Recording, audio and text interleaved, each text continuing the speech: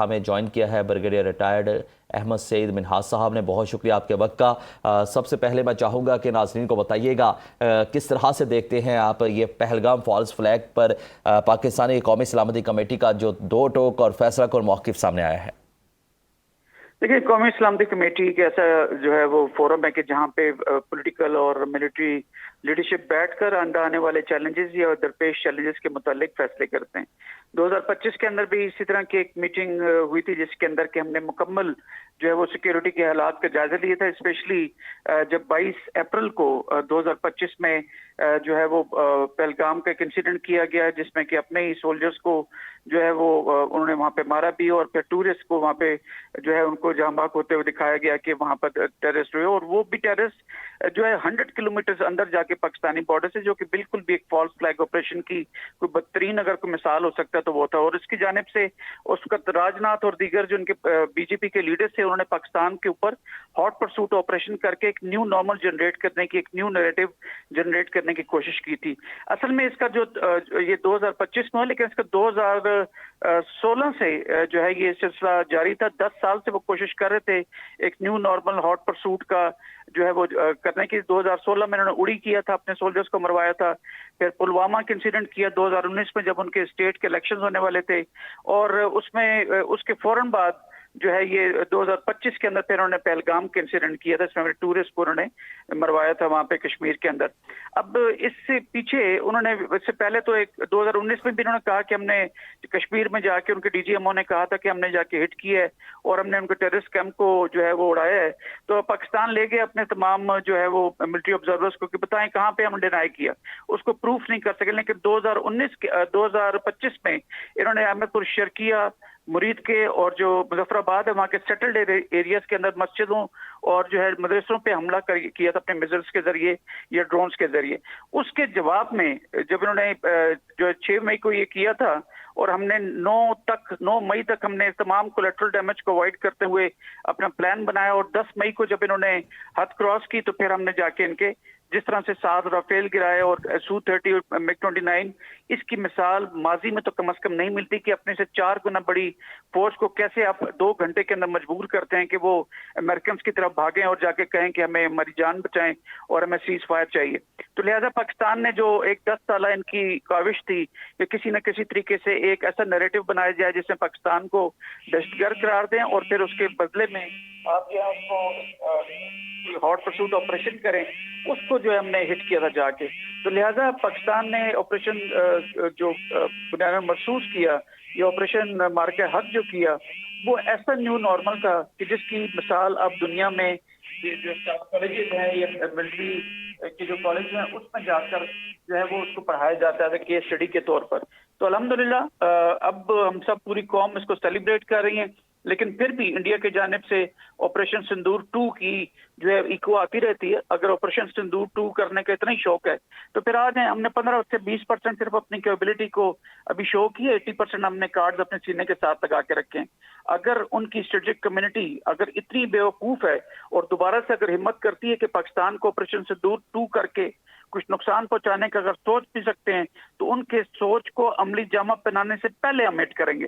تو لہذا پاکستان کی جو اسٹریٹجک کمیونٹی ہے، ہماری ملٹری لیڈرشپ ہے، ہمارے جو آئیز اینڈ ایئرز ہیں، ہمارے جو آئی ایس آئی اور ہماری ایم آئی کے جو ایلیمنٹس ہیں، ان تمام حرکات پہ نظر رکھے ہوئے ہیں. یہی وجہ ہے کہ ڈسپائٹ آف دا فیکٹ کہ ہم افغانستان میں ان کو جو 2 فرنٹ وار سینیریو کا ایک جو خواب تھا اس کو چکنا چور کر رہے ہیں، ان کی جرت نہیں ہے کہ ایسٹ کی جانب سے پاکستان کے اوپر کسی قسم کی ایگریشن کریں. تو لہٰذا پوری قوم کو مطمئن رہنا چاہیے. ہماری ملٹری لیڈرشپ جو ہے اس نے ماضی کے اندر بھی اپنی قوم کی امیدوں میں پورا اترے ہیں اور آئندہ بھی پورا اتریں گے. اللہ نہ کرے کہ پاکستان یا انڈیا کی جو جنگ ہو، کیونکہ 2 نیوکلیر ویپن اسٹیٹس ہیں، بارڈر شیئر کرتے ہیں، ریئیکشن ٹائم کوئی نہیں رہتا، بہت زیادہ ڈسٹرکشن ہو سکتی ہے. لیکن جب پھر ہماری خود مختاری کے اوپر یا ہماری قومی سلامتی کے اوپر اگر کوئی حرف آئے گا تو پاکستان پھر سوچے گا نہیں پھر پاکستان ریئیکٹ کرے گا اور ریئیکٹ اس شدت سے کرے گا کہ وہ دوبارہ ایک نیو نارمل جنریٹ کرے گا. نیو نارمل 2025 سے بڑھ کے پھر 2026 ہو یا 27 ہو یا اس سے آگے ہو. لیکن میں نہیں سمجھتا کہ انڈین اسٹریٹجک کمیونٹی اپنے پولیٹیکل لیڈرشپ کے ہاتھوں میں اس طرح کھیلے گی. لیکن آپ انڈین سے کچھ بھی جو ہے وہ بعید ان سے نہیں ہے کہ وہ کسی قسم کا مس ایڈونچر نہ کریں. ہم تیار ہیں. Let's see how much India is ready. جی بالکل صحیح. اور احمد سعید منہاس صاحب، جس طرح سے آپ نے بتایا کہ پاکستان کا جواب بڑا تگڑا اور شدت کے ساتھ ہوتا ہے، اور ہم نے دیکھا کہ پچھلے سال مئی میں جو پاکستان کی جانب سے جواب دیا گیا اور اس کی شدت اتنی زیادہ تھی کہ اگر بھارتی میڈیا کو دیکھیں تو ابھی تک اس کا دھواں اور ہیٹ محسوس ہوتی ہے نکلتی ہوئی. اور آگے بھی یقیناً اگر کوئی اس طرح کا معاملہ ہوگا تو بڑی سوچ سمجھ کے بھارت کرے گا. لیکن قومی سلامتی کمیٹی کے موقف کی بات کریں تو بڑا واضح طور پر پاکستان نے یہ موقف اپنایا ہے کہ پاکستان کے حصے کے پانی کے بہاؤ کو روکنے یا موڑنے کی کسی بھی کوشش کو بھی اعلان جنگ تصور کیا جائے گا. تو کیا آپ سمجھتے ہیں کہ سندھ طاس معاہدہ جس پہ بڑا کانفلکٹ کریٹ کیا جاتا ہے اور پروپیگنڈا کرنے کی کوشش کی جاتی ہے بھارت کی جانب سے، اب اس پر بھی ایک بڑا تگڑا موقف سامنے آ گیا؟ اس پہ کوئی شک نہیں. 2025 میں جب انہوں نے کہا کہ ہم نے سندھ طاس معاہدہ جو ہے اس کو معطل کر دی ہے اور اس وقت کے حالات اور تھے جب یہ سائن ہوا تھا اور اب کے حالات اور ہیں، بالکل بھی ایسی بات نہیں ہے. اس وقت بھی انہوں نے بڑکیں ماری تھی لیکن کی جرت نہیں ہوئی تھی کہ کسی بھی جو ہے وہ کسی قسم کا ڈیم وہاں پہ بنائیں یا پانی کا رخ موڑیں. نہ وہ ٹیکنیکلی کر سکتے تھے. یہ وہاں کے جو ٹیکنیکل کمیونٹی ہے ان کو بھی معلوم ہے کہ وہ پانی روک نہیں سکتے، ٹیکنیکلی نہیں روک سکتے، بیکاز اس کی فلو آف واٹر اس طرح کا ہے کہ آپ اسٹریم میں آپ پانیوں کو اس طرح سے روک بھی نہیں سکتے کیونکہ آپ کے پاس جگہ نہیں ہے. لیکن پھر بھی اگر کسی بھی قسم انہوں نے کہا جی ہم ٹنل بنائیں گے تو ٹنل بنانے کے لیے پہلے شاول تو چلا کے دیکھیں ذرا کہ پاکستان کی جو یہ بیسیکلی ہماری لائف لائن ہے جو پانی ہے اس کو آپ روک کے تو دیکھیں ذرا. لیکن نہ 2025 میں ان کی ضرورت ہوئی.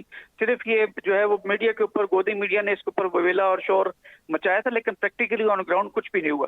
ہم نے تمام چیزوں کے اوپر نظر رکھی ہوئی ہے اور ہماری جو قومی سلامتی کمیٹی کی جو بھی میٹنگ کے بعد اعلامیہ جاری ہوا ہے اس کے مطابق بھی یہ ہماری لائف لائن ہے. اعلان جنگ ہوگا اور پھر ہم دیکھیں گے نہیں، پھر ہم پہلے شاول کے ساتھ ہی اس کو اعلان جنگ کو ایکچوئل جنگ میں جو کنورٹ کریں گے اور اس کو کبھی بھی پانی کا جو حصہ جو سندھ طاس معاہدے کے تحت پاکستان کے حصے میں آتا ہے اس کے اوپر زیرو کمپرومائز ہے کیونکہ پاکستان ایک زرعی ملک ہے، اس کو پانی کی شدید ضرورت رہتی ہے.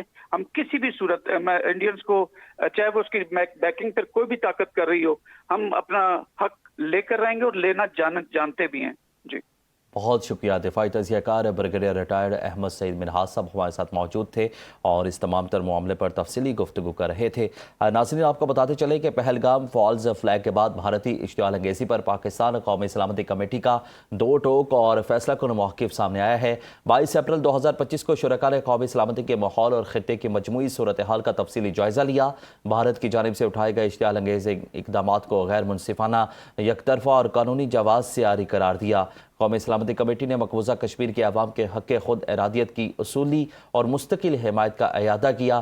شرکاء کا موقف تھا کہ بھارت اپنی عوام کو تحفظ فراہم کرنے میں ناکامی کی مکمل ذمہ داری قبول کرے. تحقیقات اور قابل تصدیق شواہد کے بغیر پہلگام فالز فلیگ کو پاکستان سے جوڑنے کی کوششیں بے بنیاد ہیں. ملکی خود مختاری اور علاقائی سالمیت کا ہر قیمت پر دفاع کیا جائے گا.